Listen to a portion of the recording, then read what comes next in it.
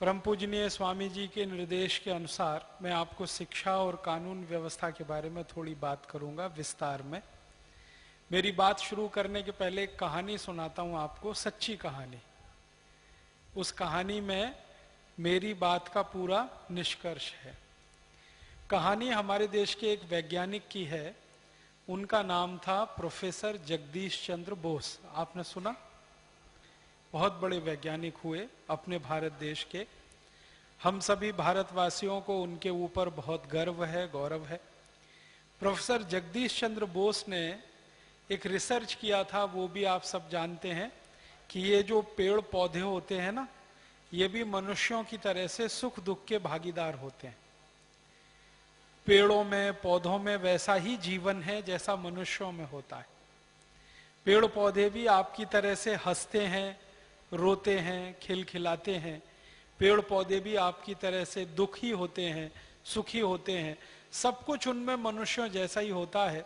बस इतना ही है कि भाषा नहीं है उनके पास, बाकी सब है। ये काम करने के लिए प्रोफेसर जगदीश चंद्र बोस ने अपने घर में एक एक्सपेरिमेंट किया था, प्रयोग किया था। उसकी कहानी है। उन्होंने क्या किया, अपने घर में गमले लाए। गमले आप समझते हैं जिसमें पौधे लगाते हैं। तो घर के दो हिस्से कर दिए उन्होंने। एक हिस्से में कुछ गमले रखे, कुछ पौधे उसमें लगाए। दूसरे हिस्से में कुछ गमले रखे, कुछ पौधे लगाए। प्रोफेसर जगदीश चंद्र बोस क्या करते थे, रोज सवेरे उठते थे और एक तरफ के जो पौधे वाले गमले हैं उनको गालियां देते थे। तुम नालायक हो, तुम निकम्मे हो, तुम नकारा हो, तुम बदसूरत हो, तुम्हारे अंदर कोई गुण नहीं है, तुम्हारे अंदर कोई भी अच्छी बात नहीं है। ये खूब गालियां देते थे पौधों के सामने। दूसरी तरफ के पौधों के सामने जाके वो उनकी इतनी बढ़ाई करते थे, तुम बहुत अच्छे हो, तुम बहुत सुंदर हो, तुम बहुत सद्गुणी हो, तुम्हारे अंदर इतनी अच्छाइयां हैं, तुम्हारे अंदर इतनी खूबियां हैं, तुम्हारा इतिहास बहुत ऊंचा है, तुम्हारा भूगोल बहुत अच्छा है। इस तरह की अच्छी अच्छी बातें करते थे। 6 महीने लगातार प्रोफेसर साहब ने यह परीक्षण किया। परिणाम जानते हैं क्या हुआ? जिन पौधों को वो गालियां देते थे वो सब मुरझा गए, और जिन पौधों की वो प्रशंसा करते थे, बढ़ाई करते थे, वो सब खिलखिला के दोगुनी रफ्तार से बढ़ने लगे। इस पूरी कहानी से जो मैं कहना चाहता हूं वो ये कि जब किसी को गालियां दी जाती हैं और किसी को नीचा दिखाया जाता है तो वो मुरझा जाता है, और जब किसी की बढ़ाई की जाती है, प्रशंसा की जाती है, तो वो बहुत अच्छा हो जाता है। हमारे लोगों के साथ ऐसा ही हुआ। 200 से 250 साल अंग्रेजों ने हमको गालियां दी। तुम भारतवासी निकम्मे हो, नालायक हो, नकारा हो, तुम्हारी संस्कृति खराब है, तुम्हारी सभ्यता खराब है, तुम्हारे अंदर कोई दर्शन नहीं है, तुम्हारे पास विज्ञान नहीं है, तुम्हारे पास तकनीकी नहीं है, तुम कुछ नहीं जानते हो, तुम्हारी सभ्यता ही पूरी चौपट है। ये अंग्रेजों ने हमको 200 से 250 साल कहा। एक अंग्रेज ने कहा, फिर दूसरे ने कहा, फिर तीसरे ने कहा, फिर चौथे ने कहा, फिर पांचवें ने कहा। फिर एक अंग्रेज आया जिसका नाम था टीबी मैकॉले। उसने कहा कि एक एक अंग्रेज आता है और भारतवासियों को गाली देता है, कोई ऐसी व्यवस्था बनाओ जो परमानेंट गाली देने वाली हो। एक अंग्रेज आया, जैसे रॉबर्ट क्लाइव आया, उसने ये सब भारतवासियों को सारे बुरे बुरे जो भी बातें हो सकती हैं वो कहीं भारतवासियों को। भारतीय चोर थे, हाँ, चोर थे, डकैत थे, लुटेरे थे, लुच्चे थे, लफंगे थे, लंपट थे, सारी बुरी गालियां। गाय का मांस खाते थे। हाँ। अच्छा देखो, कोई भी हिंदू इस बात को मानने के लिए, कोई भी भारतीय आर्य इस बात को मानने के लिए कतई तैयार नहीं हो सकता। आज भी इस देश में हिंदू आर्य कुछ भी कहिए उनको, वो भी मांस खाते हैं, लेकिन आज तक मैंने एक भी हिंदू को गो मांस खाते नहीं देखा। तो ये कैसे हो सकता है कि पहले खाते थे, लेकिन आज तक हमें अभी भी पढ़ाया जा रहा है, हमारी पाठ्य पुस्तकों में अभी भी है। जी राजीव जी। और इसी तरह से एक सबसे बड़ी गाली जो हमको मिली, मैं सभी गालियों में सबसे खराब मानता हूं उसको, कि हम आर्य लोग बाहर से आए और हमने भारत के द्रविड़ों के ऊपर आक्रमण और हमला करके कब्जा कर लिया, और द्रविड़ों को मारते मारते दक्षिण भारत में धकेल दिया और पूरे उत्तर भारत पर आर्यों ने कब्जा कर लिया। ये सबसे बड़ी गाली है जो हमें 250 साल अंग्रेजों ने दी। अंग्रेजों के पहले यही गाली हमको फ्रांसीसी देते थे, ऐसी गालियां देते थे हम, और अभी भी दी जा रही है। और फ्रांसीसियों से पहले ये गाली हमको पुर्तगाली लोग दिया करते थे। माने पिछले 500 साल से अगर आप ध्यान से देखें, सुने, समझें, तो हमको इसी तरह की गालियां दी गई। अब वो गालियां सुनते सुनते एक अंग्रेज आता था, गालियां देके जाता था, दूसरा आता था, देके जाता था, तीसरा आता था, देके जाता था। एक टीबी मैकॉले नाम का अंग्रेज आया, उसके दिमाग में एक आइडिया आया, विचार आया कि ये एक एक अंग्रेज भारतवासियों को गाली देता है, कोई ऐसी व्यवस्था बनाओ जो भारतवासियों को परमानेंट गाली देने वाली हो। उस व्यवस्था को उसने कहा एजुकेशन, उसी का नाम है शिक्षा व्यवस्था।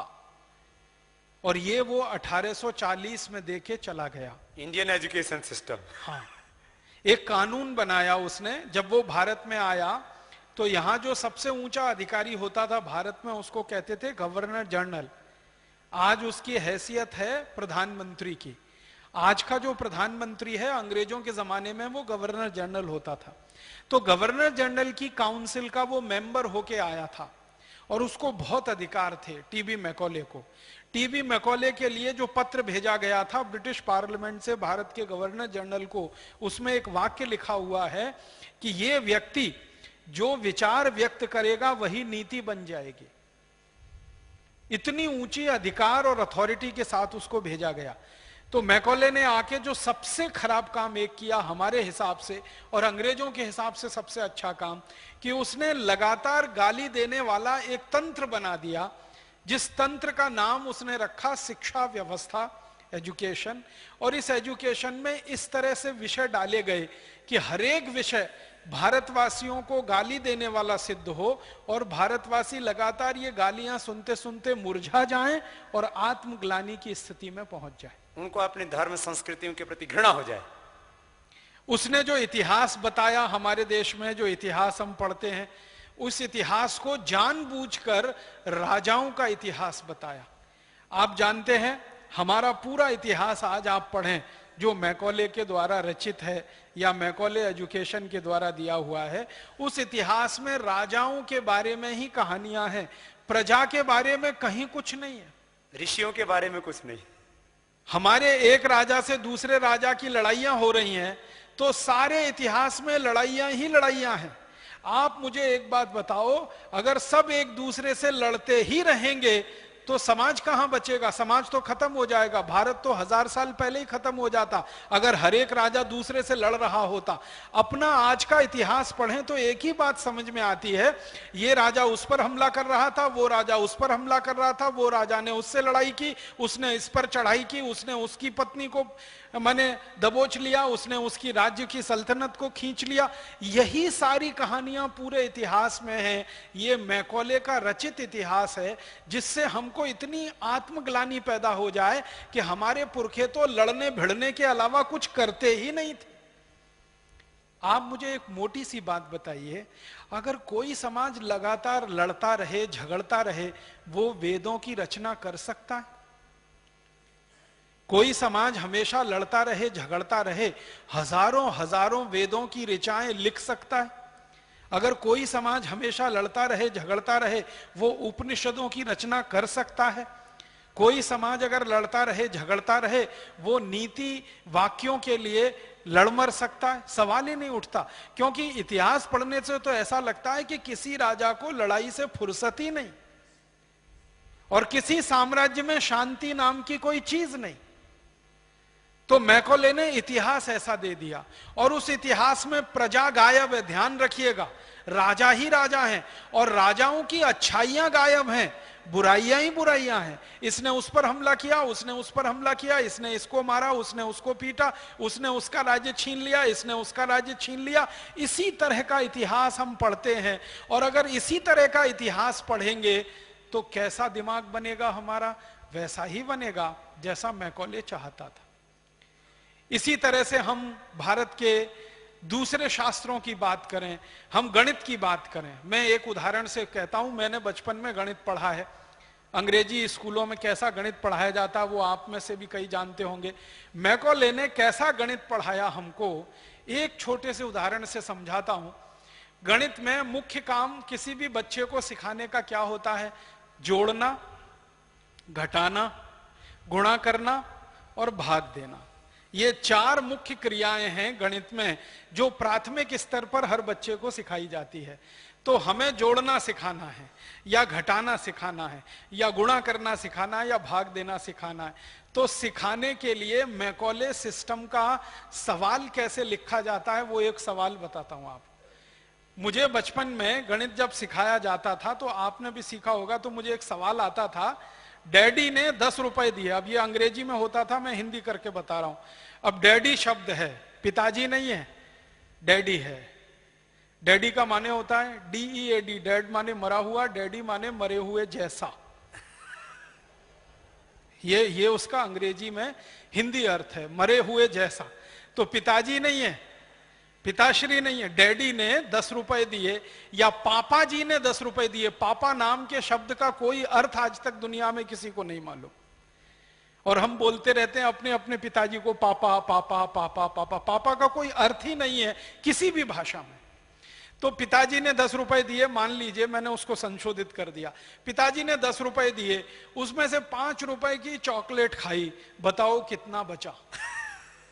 अब देखो सवाल देखो, पिताजी ने 10 रुपए दिए, उसमें से 5 रुपए की चॉकलेट खाई, बताओ कितना बचा? हम क्या सिखाना चाहते हैं? घटाना, सब्सट्रैक्शन सिखाना चाहते हैं, घटाना। उदाहरण क्या लिया?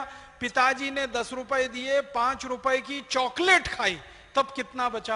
अब बच्चा बचपन से ये सवाल करना शुरू करेगा तो 2-3 साल के बाद वो पूछेगा चॉकलेट किसकी खाऊं, कैडबरीज की कि नेस्ले की?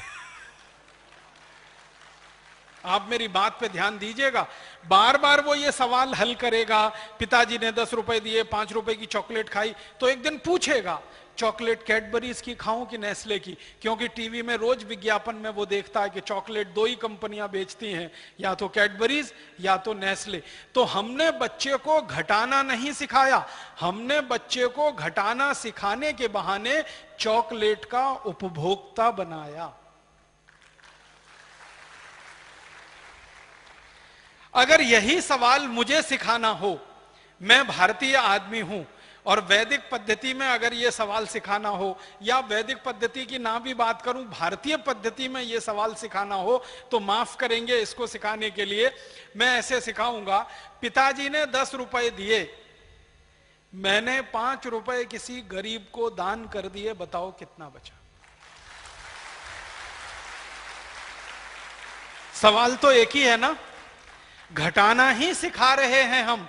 10 में से 5 गए, 5 बचा, यही हम उसको सिखा रहे हैं। लेकिन सवाल की जो भाषा है वो, एक जगह पिताजी ने चॉकलेट के लिए 5 रुपए दे दिए, दूसरी जगह पिताजी ने दान करने के लिए 10 रुपए दिए।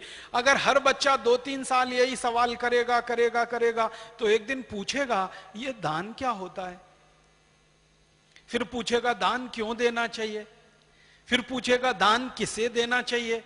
अगर वो दान के बारे में पूछने लगेगा, दान क्या होता है, क्यों दिया जाता है, क्यों देना चाहिए, तो अपने आप वो भारतीयता में आ जाएगा।